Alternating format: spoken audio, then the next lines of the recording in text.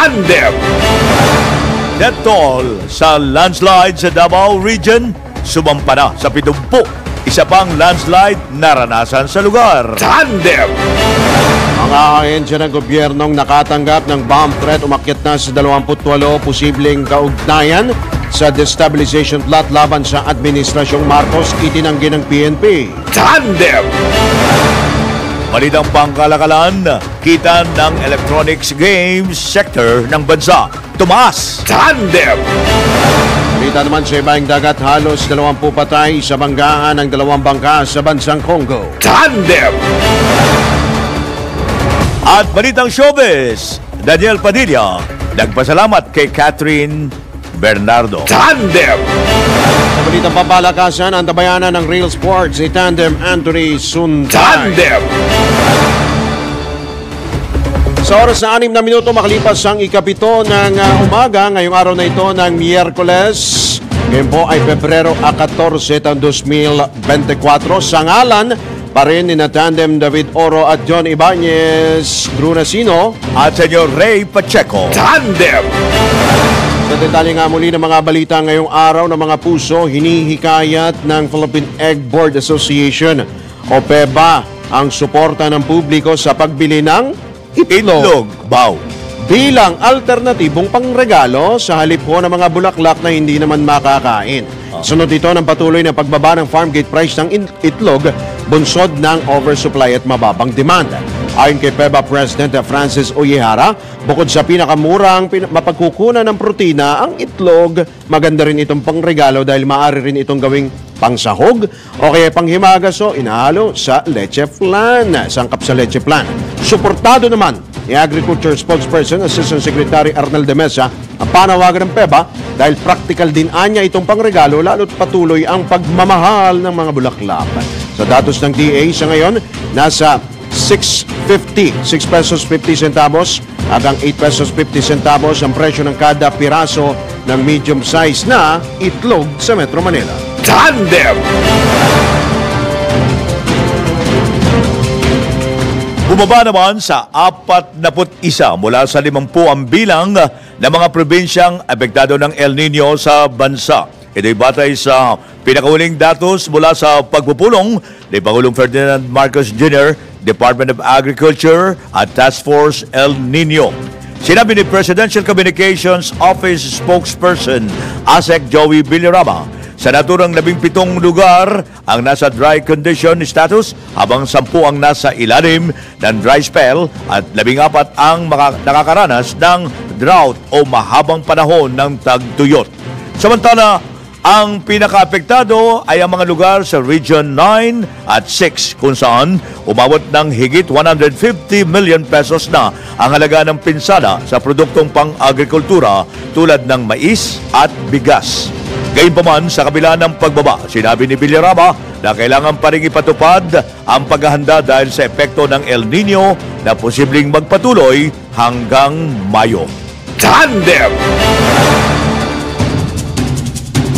Samantala, posibleng sumirit pa ang singil sa kuryente ng Meralco sa mga susunod na buwan dahil nagsisimula ng uminit ang panahon.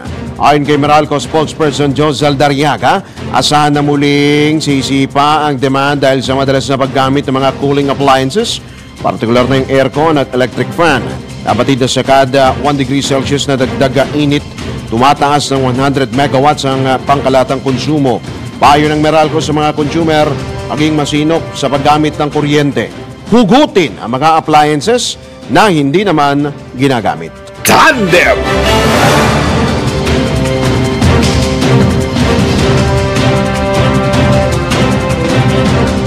Samantala, may tatanggapin tayong report mula kay Patrol 5, Ayayo Pangko. Yung mga deboto maagang nagtungo na raw sa Black Nazarene sa Quiapo para po sa tinatawag na Ash Wednesday. Alamin natin ang detalye mula kay Patrol 5, Ayayo Pangko. Aya? Agang nagtungo sa National Shrine of the Black Nazarene sa Quiapo, Maynila ang mga deboto para sa Ash Wednesday. Alas 5 ng umaga nang simulan ang unang misa kung saan halos kaunti lamang ang mga nagtungo para sa buwapahid ng abo sa noo. Ito'y bilang pagsisimula ng araw ng pag-aayuno at unang araw sa panahon ng Kwaresma. Ang iba sa mga dumalo sa misa ay maagang nagtungo sa Quiapo Church bago pumasok sa trabaho at paaralan. Bukod sa unang misa ngayong umaga, magsasagawa ang nasabing simbahan ng karagdagang 12 misa hanggang alas 7 ng gabi para makadalo ang ilang papawi na sa kanilang mga tahanan. Kaugnay nito, nagtulong-tulong yung mga tauhan ng Manila Police District, Manila Traffic and Parking Bureau, barangay at mga Hijos del Nazareno para matiyak ang seguridad, kaayusan at maayos na daloy ng trapiko. Ito si Patrol number 5. Ayaw pa ko para sa Impel Metro ng Lakas, DWIC. Nagbabalita ng tama, naglilingkod ng tama. Tandem! Samantala, isang programa ng DSWD kinwestiyon dahil di umano nakita ng mga senador ang noong ipasa ang 2024 budget. Ang pag-uulat naman mula sa Senado ihatid ni Patrol 19 Celi Ortega Bueno. Talaga daw bang may mga magical projects ang DSWD? Ito ang tanong ni Senate Committee on Electoral Reform sa Chairman Senator Amy Marcos makaraang questionin ang ayuda sa Kapos ang Kita Program o yung AKAP na isang bagong assistance program ng DSWD. Lumalabas sa pagdinig ng Senado na isa ang AKAP sa magginamit at ipinangakong kapalit na sa bawat lalagda para sa People's Initiative para sa Charter Change. Ayon kay Senator Marcos, nagulat siya sa halaga ng programa na umaabot sa 26.7 billion na ngayon lang nila natuklasan at narinig. Maging sina Senator J. Versito at Ronald Bato de la Rosa ay nabigla rin sa programa na anilay hindi nila nakita noong ipinasa ang 2024 national budget. Sinabi pa ni Marcos na nakatanggap siya ng text mula sa ilang kongresista na galing sa tanggapan ni Speaker Martin Romualdez kung saan may bilin na lahat ng soft project kasama ang AKAP ay kailangang dumaan sa opisina ng Speaker. Aminado naman si DSWD Undersecretary for Legislative Affairs Fatima Aliyah de Maporo na foreign o hindi sila pamilyar sa AKAP programa. Magkagayunman, hindi anya ito eksklusibong proyekto ng DSWD pero may tuturing itong bago dahil wala pa itong guidelines sa ngayon kaya hindi pa ito umiiral bilang programa. Ito sa Patrol 19, Celi Ortega Bueno para sa DWIZ, nagbabalita ng tama, naglilingkod ng tama. Tandem!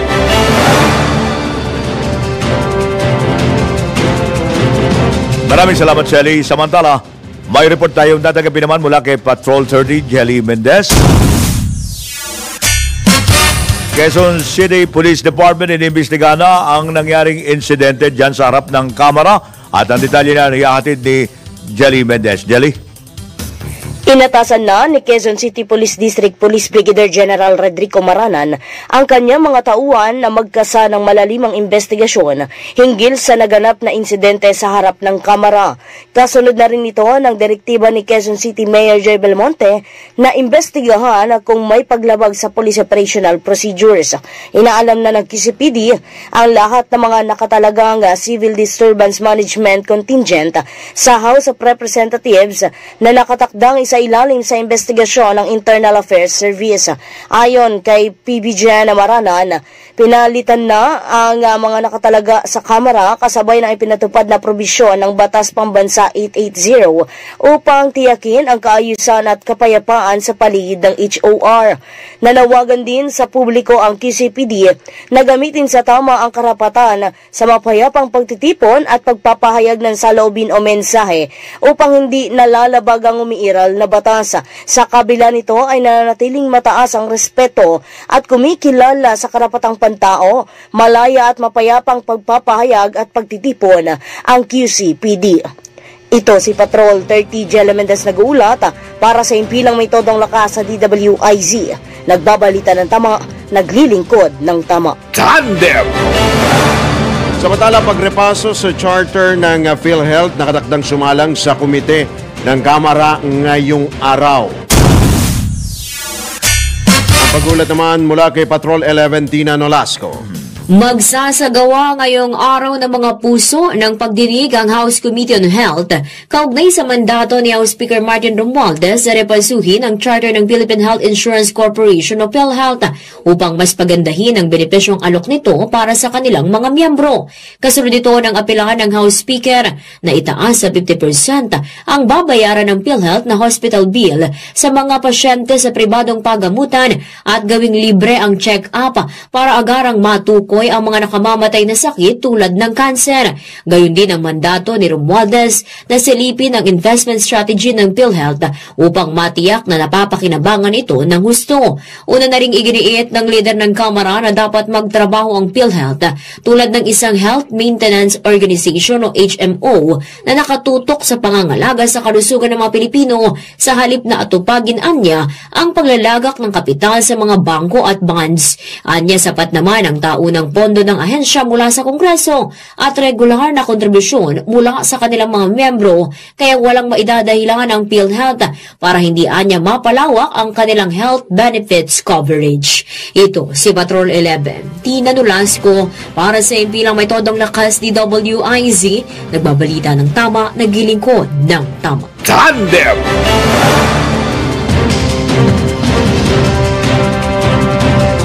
Maraming salamat din. Samantala, PNP nakilahok sa ikinasang Joint Interagency Conference kontra bomb threat. Ang detalye niyan, ihahatid sa atin ni Patrol 17, Jopel Pelenio. Jopel? Nakiisa ang pambansang pulisya sa ginanap na Joint Interagency Conference na pinangunahan ng Department of Information and Communications Technology o DICT matapos ang mga ulat ng bomb threats sa mga tanggapan ng gobyerno. Present din sa pulong ang National Intelligence Coordinating Agency, National Privacy Commission, mga concerned government agency at mga kinatawan ng Japan government.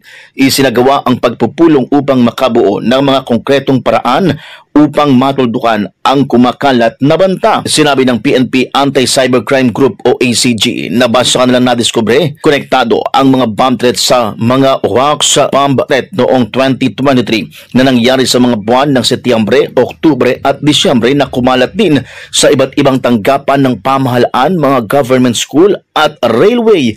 Payag ng ACG nang galing ang lahat ng bomb threats sa iisang email sender na isa umanong Japanese lawyer na nagngangalang Takahiro Karasawa. Paalala ng PNP, iwasan ang anumang pagpapakalat ng mga unverified information na maaring magdulot ng takot at kalituhan sa publiko. Ito si Patrol 17, Jopel Pelenio para sa impilang may tanong lakas, DWIZ, nagbabalita ng tama, naglilingkod ng tama. Tandem!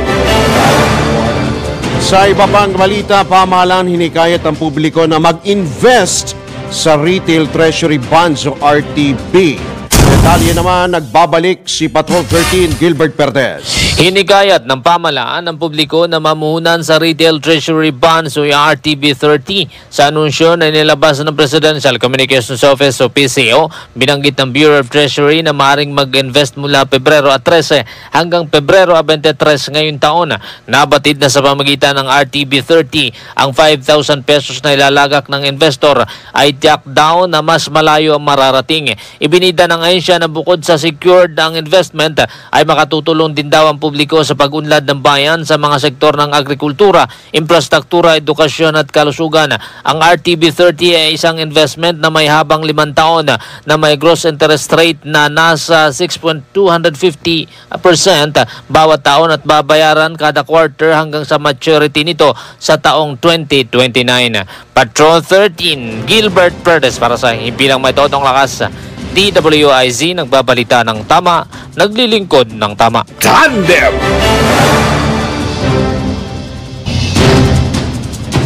Samantala, may report tayo mula pa rin sa Senado. Illegal na pag-aresto sa isang film director. Pinaimbestigahan sa Senado. Alamin natin ang detalye. Mula kay Patrol 19, Celia Ortega Bueno. Celia? Pinaimbestigahan sa Senado ni Senator Rizon Tiveros ang anyang illegal na pag-aresto kay film director Jade Castro at 3 kasamahan nito sa bayan ng Katanawan, Quezon. Ang Hontiveros, kahit kailan sa anumang panahon, mali ang aresto now, paliwanag later na ginawa ng mga pulis. Sa Senate Resolution 928 na inihain ni Hontiveros, nakasaad na mismo mga LGU officials ng Mulanay, Quezon ang nagsabi na nasa kabilang bayan noon sila Direka Jade at may CCTV na nagpapatunay nito. Subalit iginiit ng PNP na hindi daw pwedeng pagkatiwalaan ng CCTV ng lokal na pamahalaan. Iginiit ni Hontiveros na hindi lang nakakaalarma ang pahayag na ito mula sa mga tagapagpatupad ng batas dahil nakakabawas ito ng kumpiyansa ng publiko. Dagdag pa ni Hontiveros, nais ng Senado na malaman ang katotohanan at matiyak na naipatutupad ng tama ang batas para sa lahat. Inakusahan ng mga pulis sila Castro na umano'y nasa likod ng pagsunog sa isang modern passenger vehicle na maring namang itinanggi ng mga ito. Ito si Patrol 19, Celly Ortega Bueno, para sa DWIZ, nagbabalita ng tama, naglilingkod ng tama. Tandem! Tagap naman tayo ng update kaugnay sa Miyerkules de Ceniza o pagsisimula po ng Quaresma. Balikan nun natin ang lungsod ng Maynila. Nandyan si Patrol 5 Aya Yupanco. Tatlong misa ang isasagawa sa Manila Cathedral ngayong Ash Wednesday. Pangungunahan ito ni Manila Cathedral Rector Monsignor Rolando de la Cruz. Ang misa alas 7 ngayong umaga at susundan ito ni Cardinal Jose Advencula sa alas 12 ng tanghali, habang alas 6 ng gabi naman si Vice Rector Father Viel Bautista. Bukod sa tatlong misa, nakatakda rin na isagawa sa Manila Cathedral ang 2-hour convention na magsisimula alas 10 ng umaga hanggang alas 12 ng tanghali, habang meron ding alas 3, meron din sa alas 3 hanggang alas 5 ng hapon. Sumabay ang Valentine's Day sa Ash Wednesday na hudyat ng pagsisimula ng Lenten season. Ito Patrol number 5. Ayaw pang para sa implemento ng lakas, DWIC. Nagbabalita ng tama, naglilingkod ng tama. Tandem! Samantala, DSWD patuloy sa paghahatid ng relief packs sa mga lalawigang apektado ng LPA at Shearline. Ang detalye niya niyahatid ni Patrol 30, Jelly Mendez. Jelly? Mas pinaigting ng Department of Social Welfare and Development ang paghahatid ng relief pack sa mga lalawigang apektado ng low pressure area at shearline. Ito ay matapos makaranas ng pagbaha at pagguho ng lupa ang ilang rehiyon dahil sa walang patid na pag-ulan bunsod ng masamang panahon. Nabatid na pinaka-apektado ng flash flood at landslide ang bahagi ng Bicol, Davao at Caraga Region na nangangailangan ng tulong mula sa mga ahensya ng gobyerno. Ayon sa DSWD, halos 63 million pesos na halaga ng family food packs at mahigit kalahating milyong piso na non-food items ang naipamahagi na sa Davao Oriental o sa Region 11. Mahigit 1 milyong piso naman na halaga ng family food packs at 20,000 na cash assistance ang ibinigay sa Davao Occidental. Nasa mahigit 85 million pesos na FFPs, mahigit 603,000 NFI at mahigit 141 million pesos na cash assistance ang ipinamahagi sa mga apektadong pamilya sa Davao del Norte, habang mahigit 724,000 naman ang ipinamahaging family food packs sa Davao City. Nasa mahigit 46 million pesos naman na family food packs, mahigit 4.5 million pesos na non-food items at 110,000 pesos na cash assistance ang ipinagkaloob sa Davao de Oro. Halos 3 milyong piso naman na halaga ng family food packs ang ibinigay sa Region 5 o Catanduanes, mahigit 17 million pesos na FFPs sa Camarines Sur, mahigit 1 milyong piso na FFP sa Albay, halos kalahating milyong piso na FFP sa Masbate at halos 8 milyong piso naman na halagang FFPs sa Camarines Norte. Nasa 4 na milyong piso naman na FFPs ang ibinigay sa Butuan, mahigit 58 million pesos na FFPs sa Agusan del Sur, mahigit 1 milyon na FFPs sa Agusan del Norte at halos 8 milyong piso naman sa Surigao del Sur. Nangako naman ang DSWD na hindi sila titigil sa paghahatid ng tulong para sa mga Pilipinong pinadapa ng kalamidad. Ito si Patrol 30 Jelly Mendez nagulat para sa impilang may todong lakas sa DWIZ. Nagbabalita ng tama, naglilingkod ng tama. Tandem! Sa iba pa balita, generic at branded na mga gamot parehas lang ng bisa ayon sa FDA. Isa pang report mula kay Patrol 13 Gilbert Perez. Tiniyak ng Food and Drug Administration o FDA na parehas ang binibigay na talab o bisa ng generic at branded na mga gamot.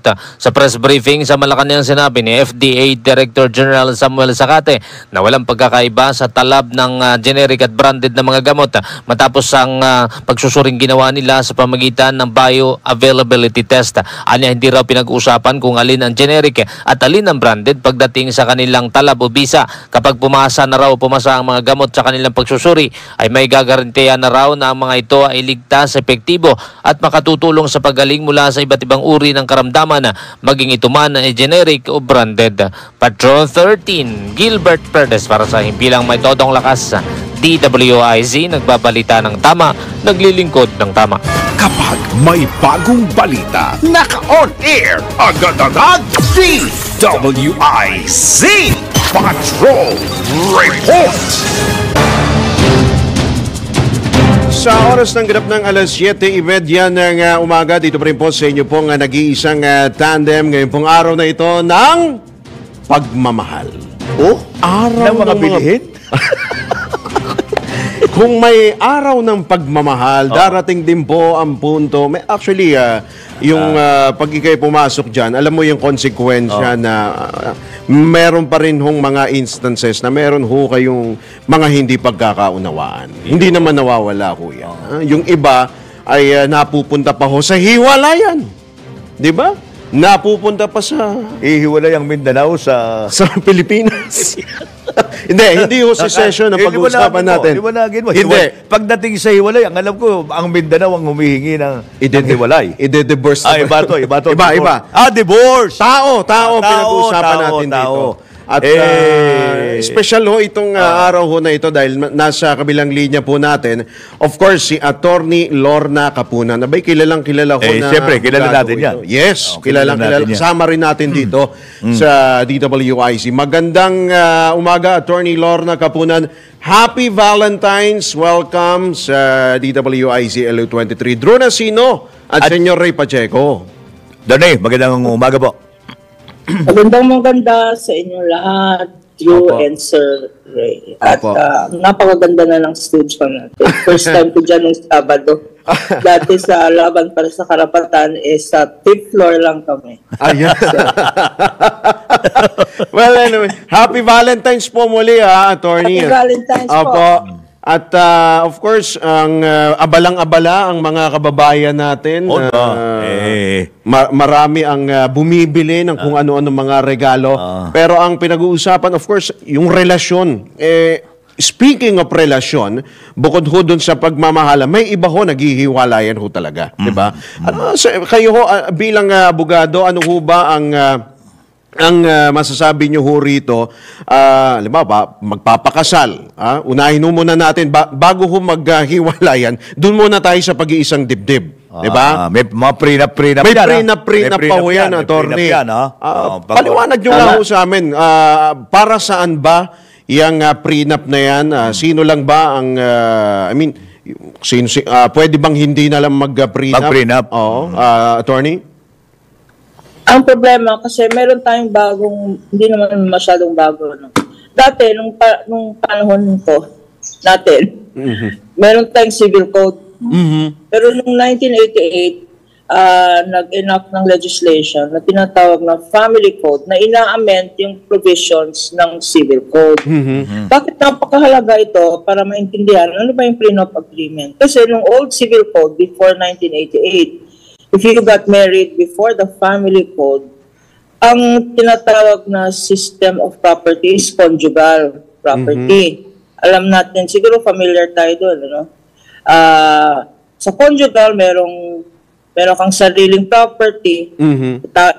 Babae, meron tinatawag na paraphernal property. Yung lalaki, meron tinatawag na husband's capital. Okay.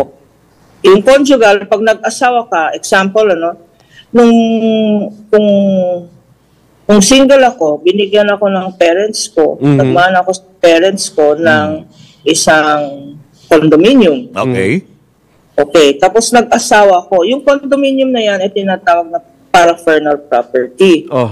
Pag nag-asawa ko, yung paraphernal property na yan, ako pa rin ang may-ari. Okay. Ang nagiging conjugal, yung fruits kayong income.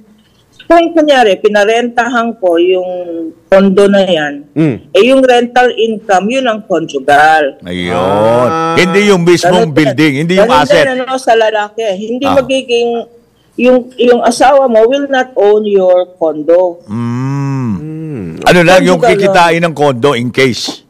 Yun ang meron kayong... Kikitain ng condo, kunyari, yung lalaki, merong kotse, tapos nung nag-asawa, ginawang grab, yung kotse, yung income lang. Ayun. Okay. But, yung mga binibili, when they were husband and wife, yun ang conjugal. Ayun. Okay. That was the old law. So, pag wala kang agreement, automatic yun. Conjugal. Ngayon sa family code, pag wala kang prenup, wala na yung conjugal, ang tinatawag ay absolute community. Anong difference nun? Sa example ko, yung pag nag-asawa ka after 1988 family code, yung condo na yan, hindi na sa'yo.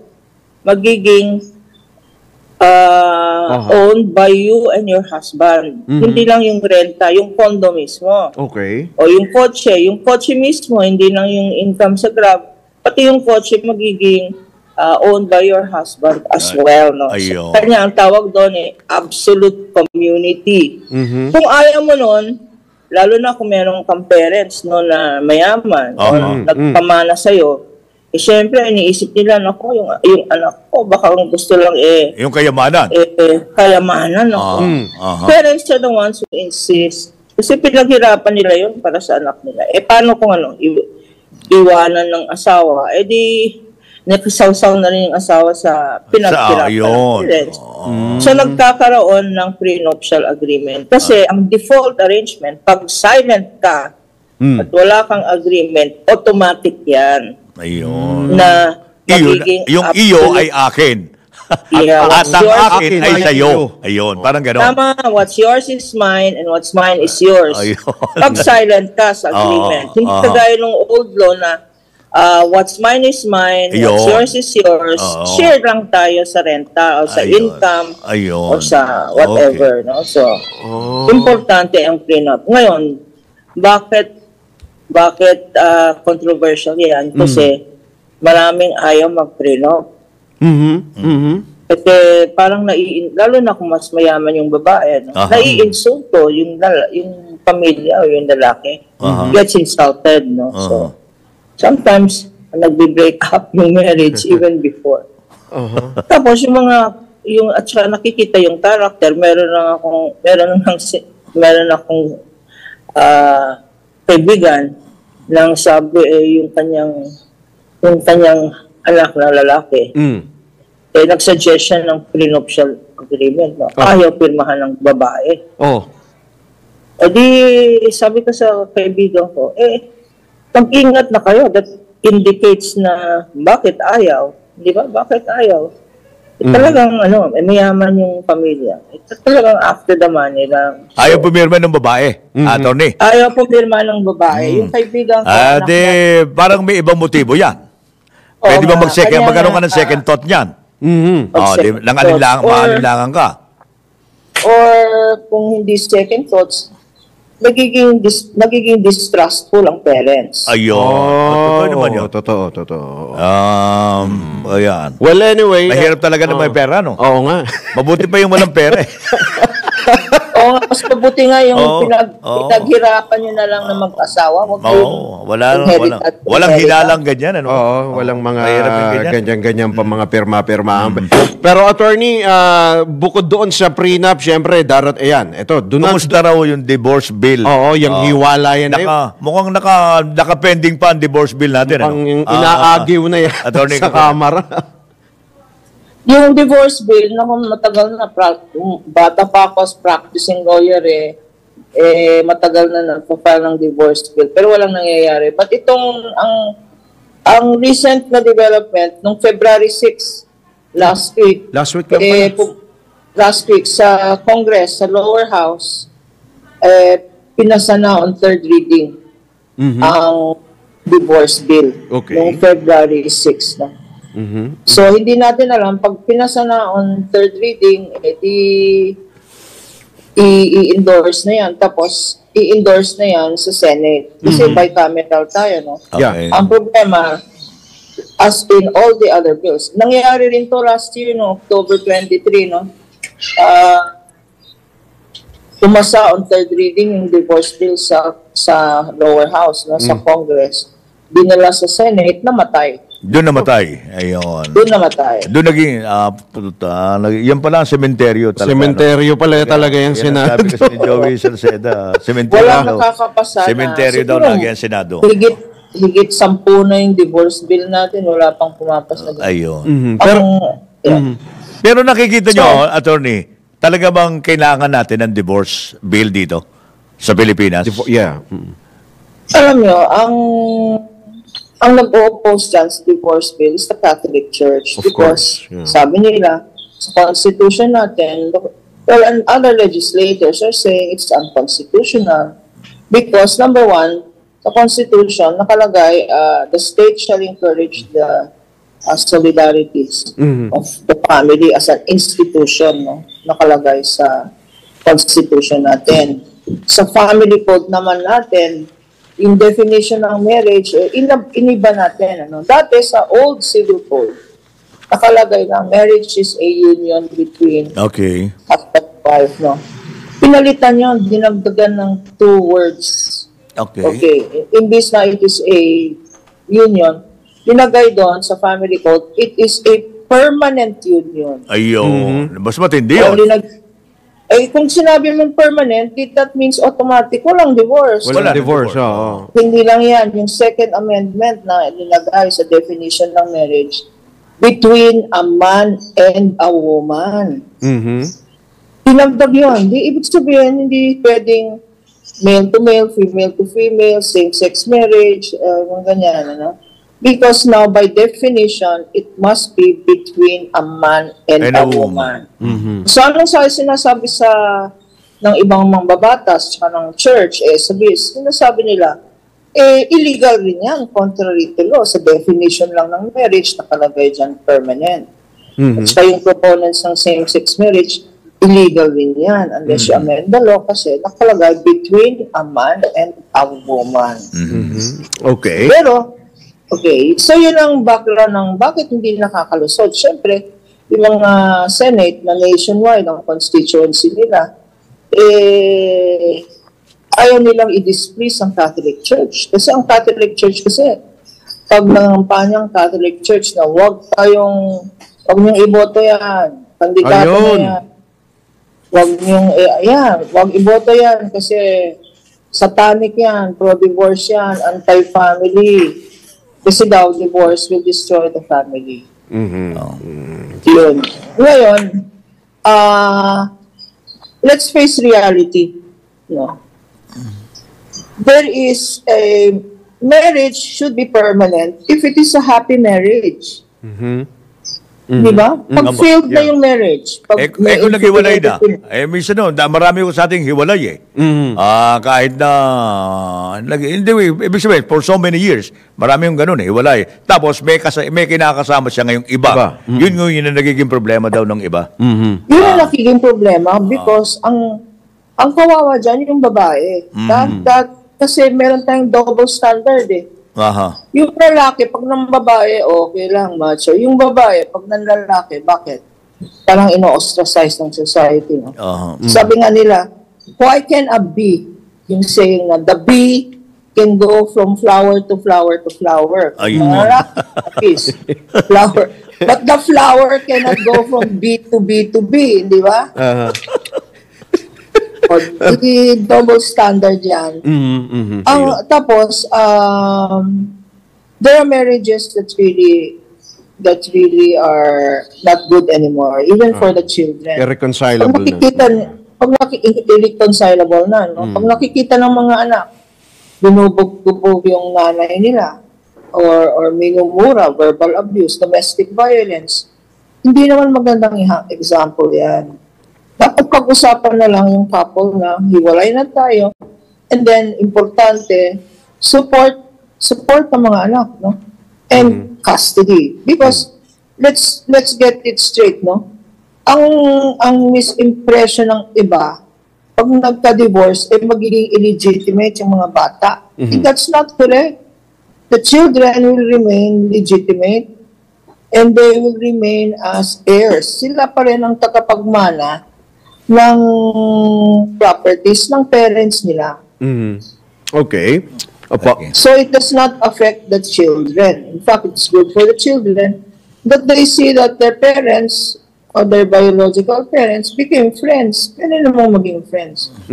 At ang reality dyan, Sir Checo, 4 out of 10, the recent survey says, 4 out of 10 Filipinos are in favor of divorce. 4 out of 10.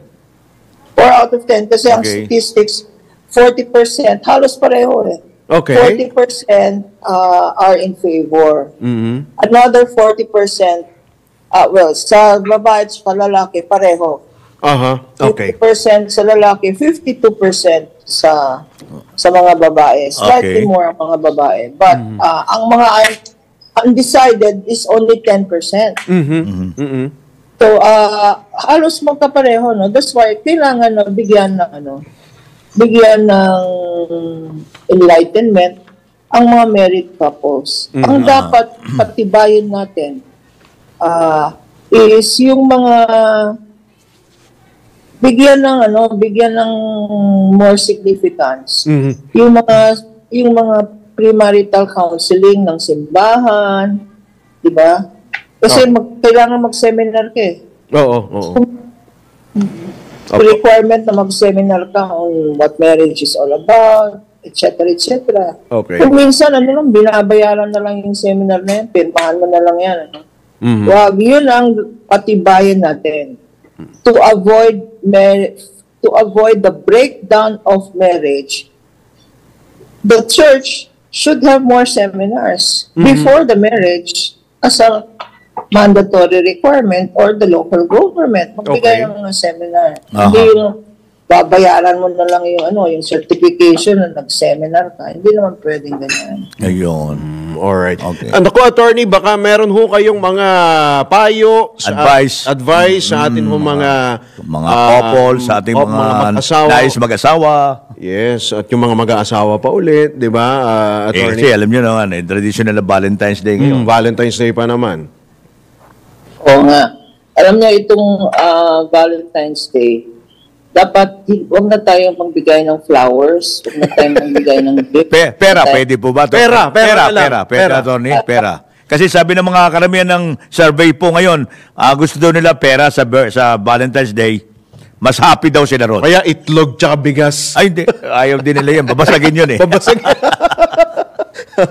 Di ba may kasabihan, can't buy me love? Yun! You can't buy me love. Kasi kung minsan yung mga magbibigay na lang ng jewelry, magbibigay ng mag-shopping ka, credit card.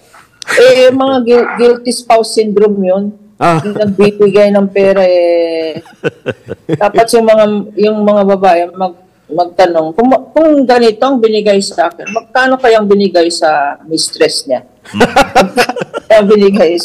Magduda kayo, no? Pag binigyan kayo ng pera. No, I'm just joking, no? But ang Valentine's Day is just a day to be reminded that what's important in a marriage is, your duties as a spouse, no? Whether husband or wife, napaka-importante, apart from love, is mutual respect. Kasi hindi mo na, kasi tinanggal na, ito mga lalaking nakikinig, yung family code natin, tinanggal na yung obligation of the husband, that the husband is the head of the family. Wala nang ganun. the husband is not the head of the family. It is now a joint, family is now a joint obligation of husband and wife. Pati yung support mga kababaihan na nakikinig. Wag mong sabihin na, ikaw lalaki, ikaw magpakain sa akin. Hindi. Sa family code, joint na rin yan. Pantay lang. Pantay din. Joint sila. Sama. Yeah, required Iisa sila. Joint support the family. So, ganun din ang parental authority. Huwag niyong isipin na ang lalaki lang ng decide. Sa mag-aaral yung anak, saan tayo pupunta magbakasyon? Tatay nyo lang ang makakaalam na hindi, joint na rin yan. Ayun. Pag-usapan. Pag-usapan. And I think this move sa family code will make the family stronger.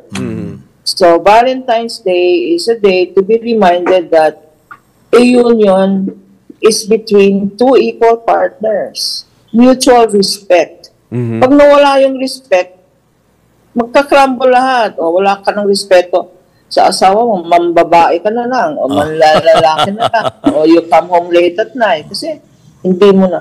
Pag hindi mo iniisip na, baka magalit, baka masaktan yung asawa ko, baka ganyan. Alright. Pag wala ng respect, wala ng love yan. Yan ang nangyayari. Learn to give more respect. Pinaka-importante talaga yung respect. An equal partner. So that divorce will not even occur in your mind. At gawing sentro ang Panginoon sa pagmamahalan. Laging dapat nasa gitna. Lagi nandun ang Diyos. Laging nandun ang Diyos. Tama yan. Because yung vows natin, in fact, nagre-reklamo ako pag nag-attend ako ng mga wedding, kasi parang hindi pa pinalitan yung wedding vows. At the end, it says, I now declare you man and wife. Bakit ganoon? Bakit man and wife? Yung man hindi nagiging husband, yung woman nagiging wife. Dapat ang ending noon, I now declare you husband and wife. Hindi yung man and wife. Yun, alright. Well said. At tamang-tama sa panahon ito, ang traditional na Valentine's Day. Alam nyo na, pagpasok nyo dyan, paglabas nyo, alam nyo na rin ang gagawin. Anong gagawin nyo? Hindi yan kanin na isusubo, pag napaso, iluluwa. Tama ba ba, attorney? Alright, naku, sige po. Salamat po, attorney. Magandang umaga po. Happy Valentine's Day po ulit sa inyo. Happy Valentine's Day at sa aking kapamilya dyan. Salamat po. Salamat po. The best. Ingat po. In the universe. Ingat kayo. Bye po. Thank you. Alright, si Attorney Lorna Kapunan, isa pong civil and family lawyer ang inyo po napakinggan. Ihabol lang natin itong pag-uulat na ito. Ang Pangulong Bongbong Marcos at First Lady Lisa Araneta Marcos nagpabot ng pagbati sa mga Pilipino ngayong araw ng mga puso. Patrol 13 Gilbert Perdes sa detalye. Bilang pakikisa sa pagdiriwang ng Valentine's Day ngayong araw, nagpabot ng pagbati si Pangulong Ferdinand Marcos Jr. sa sambayan ng Pilipino. Sa kanyang mensahe, pinahayag ni PBBM ang kanyang hangaring maging masaya ang araw ng mga ito para sa lahat, maging sa mga nagdiriwang para sa kanilang sarili o para sa iba. Ibinahagi naman ng Pangulo ang isang larawan nila ni First Lady Lisa Araneta Marcos na tanda raw ng tamis ng kanilang pagmamahalan. Nagbigay din ng Valentine's greeting ang unang ginang na nagbahagi rin ng isang larawan kasama ang kanyang asawa na si Pangulong Marcos.